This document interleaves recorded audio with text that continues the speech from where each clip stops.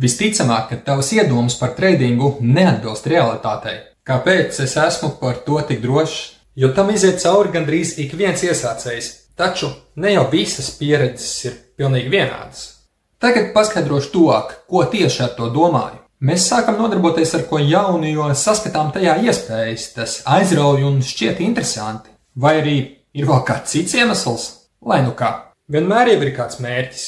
Pelnīt vairāk, iegūt brīvo laiku, strādāt pēc saviem noteikumiem, brīvi izvēlētā lokācijā un veltīt tam tik nelielu piepūli, kā nospiest pāris taustiņus.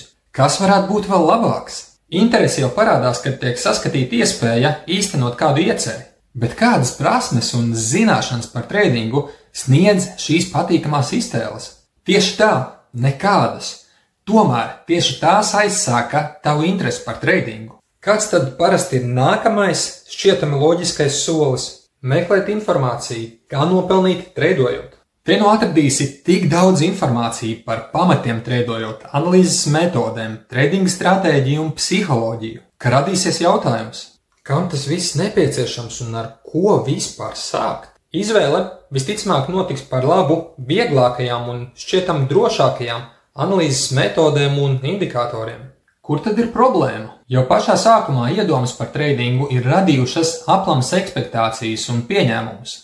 Fokus ir vērsts uz ieguvumiem no treidinga, bet zināšanas un prasmes nav pietiekamā līmenī. Protams, ka veiksmīgas apstākļu sakritības rezultātā var izdoties nopelnīt. Tomēr ilgstošā laika posmā izredzes nopelnīt ar tik paviršu pieeju būs tuvu nulei. Jā, nav jau viegli atrast realistisku informāciju par treidingu, tāpēc nekavējies un abonē Trader Klubs YouTube kanālu. Realitāti atspoguļojošas informācijas iegūšana par treidingu ir pirmais noteikums, lai uzlabotu izredzes nopelnīt.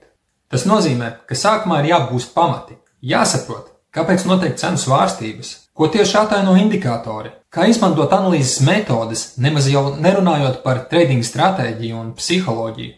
Vai tas viss tiešām ir nepieciešams? Ja vēlies vienkārši pamēģināt, tad noteikti nē, taču dari to ar tādu naudas summu, kuru vari atļauties zaudēt. Ja izdodas nopelnīt, lieliski, novērtē to un izņem nopelnīto naudu. Jo turpinot treidot bez pietiekami labas stratēģijas, izpratnes par treidinga psiholoģiju un disciplinētas lēmumu pieņemšanas, būs tikpat kā neiespējami saglabāt nopelnīto. Visiem gribas atrast tādas analīzes metodus vai indikatorus, kas ļaus prognozēt cenas svārstību un nopelnīt. Metot monētu, lai izvēlētos virzienu, treida atvēršanai ir 50% varbūtība būt precīzam. Aizverot acis un nospiežot buy vai sell taustiņu ir iespējams nopelnīt, bet tā taču ir tīrākā veiksme, vai ne? Atliek vien noskatīties 10 minūšu garu video par analīzes metodas vai indikātoru pielietošanu, lai to slavētu, ja izdodas nopelnīt un mainīt pret citu zaudējumu gadījumā. Ar ko tieši tas atšķiras no monētas mešanas? Jā, uz grafika ir pāris līknes un atzīmes, bet ko tas dod? Iztēle, kā šādā veidā mēģina prognozēt cenas svārstību? Gandrīz visi iesācēji tam iet cauri, tomēr agri vai vēlu apstājas, jo ar zināšanām par dažādām analīzes metodēm un indikatoriem nebūs pietiekami, lai uzrādītu ilgstošu kapitāla pieaugumu treidojot. Iespējams, ka realistiskas informācijas iegūšana jau pašā sākumā varētu pakāpeniski uzlabot izredzes nopelnīt treidojot. Tāpēc traderklubs.lv mājaslapā ir izveidota apmācību sadaļa, kā arī vari pievienoties mūsu Telegram grupai. Linkus meklē video aprakstā.